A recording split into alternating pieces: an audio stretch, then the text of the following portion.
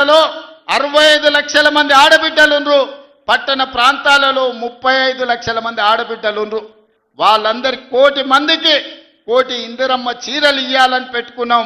మా సర్పంచులకు సూచన, ఎవరికైనా చీర అందకపోతే 18 ఏళ్ల పైబడ్డ ప్రతి ఆడబిడ్డకు ఇందిరమ్మ చీర ఇవ్వాల్సిందే. ఎక్కడైనా మీ గ్రామంలో చీర అందకపోతే మీరే స్వయంగా పేర్లు రాసుకోండి. నేను అధికారులకు, చీఫ్ సెక్రటరీ గారికి వేదిక మీద నుంచి ఆదేశాలు ఇస్తున్నా, జిల్లా కలెక్టర్లకు ఆదేశాలు ఇస్తున్నా. చీర రాని ప్రతి ఆడబిడ్డకు ఇంటికి చీర పంపించాలి. ఇది వాళ్ళ సోదరుడు పెడుతున్న సారే, మీ రేవంత్ అన్న పంపించిన చీర మీ కుటుంబానికి సారే అని చెప్పి ఈనాడు మీరు చెప్పాల్సిందిగా, చీరను చేరవేయాల్సిందిగా అధికారులకు నేను ఆదేశాలు ఇస్తున్నా.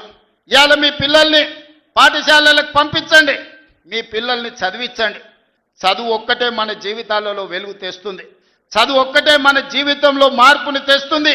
ఈ చదువే మన జీవితంలో వెలుగులు నింపుతుంది. ఇవాళ ఈ వేదిక మీద ఉన్న కలెక్టర్లైనా, ఎమ్మెల్యేలైనా చిన్న చిన్న కుటుంబాల నుంచి వచ్చిండ్రు, కానీ వాళ్ళు చదువుకున్నారు, చదువును నిర్లక్ష్యం చెయ్యలే. అందుకే ఈనాడు మీ పిల్లలకు ఈ నియోజకవర్గంలో 25,000 మందికి పొద్దున్నే టిఫిన్ పెట్టి తల్లిదండ్రులు కూలి పనికి పోతే పిల్లలకు నాష్ట పెట్టారో అని ఇవాళ పొద్దున టిఫిన్ పెడుతున్నాం, మధ్యాహ్నం భోజనం పెడుతున్నాం. వచ్చే అకాడమిక్ ఇయర్లో రాష్ట్రం మొత్తం పిల్లలకు టిఫిన్తో పాటు మంచి భోజనం పెట్టి మీ పిల్లలకు మంచి చదువు చెప్పించే బాధ్యత ఈ ప్రభుత్వం తీసుకుంటుంది. మా సర్పంచులకు సూచన చేస్తున్నా, ప్రైవేటు పాఠశాలల్లో 1000 రూపాయల ఫీజులు అడుగుతున్నారు. నాణ్యమైన విద్యను మనం ఇస్తాం, నాణ్యమైన భోజనం మనం పెడతాం. పిల్లల్ని ప్రభుత్వ పాఠశాలలకు తీసుకురండి, వాళ్ళకు కావాల్సిన వసతులు మనము ఏర్పాటు చేద్దాం. వాళ్ళకు నాణ్యమైన వసతులు ఏర్పాటు చేస్తేనే ఆ పిల్లలు చదువుకోవడానికి వస్తారు. మన రాష్ట్రం అభివృద్ధి జరగాలి అనంటే మన పిల్లలు చదువుకోవాలి. వాళ్ళు డాక్టర్లు, లాయర్లు, ఇంజనీర్లు కావాలి. వాళ్ళు ఐఏఎస్లు, ఐపీఎస్లు కావాలి. అధికారులై తెలంగాణ రాష్ట్ర పునర్నిర్మాణంలో భాగస్వాములు కావాలి. అప్పుడే వాళ్ళ జీవితాలలో మార్పు వస్తుంది, తల్లిదండ్రుల కళ్ళల్లో సంతోషము నిండుతుంది. కాబట్టి పిల్లల్ని అందరినీ చదివించుకోండి.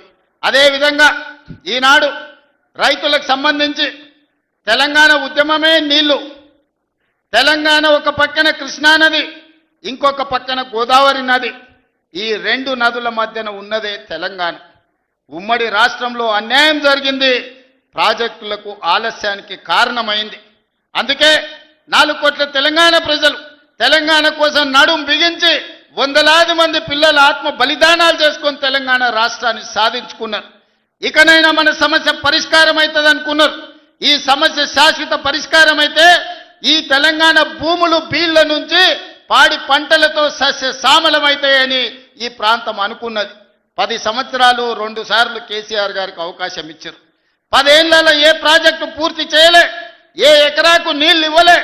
కృష్ణానది మీద కట్టిన ప్రాజెక్టులు ఆనాడు మొదలుపెట్టిన భీమా కావచ్చు, నెట్టంపాడు కావచ్చు, కోయిల్ సాగర్ కావచ్చు, కల్వకుర్తి కావచ్చు, ఎస్ఎల్బీసీ కావచ్చు, డిండి కావచ్చు, నేను కొట్లాడి సాధించిన మక్తల్, నారాయణపేట, కొడంగల్ ఎత్తిపోతల పథకం జీవో నెంబర్ 69 కావచ్చు.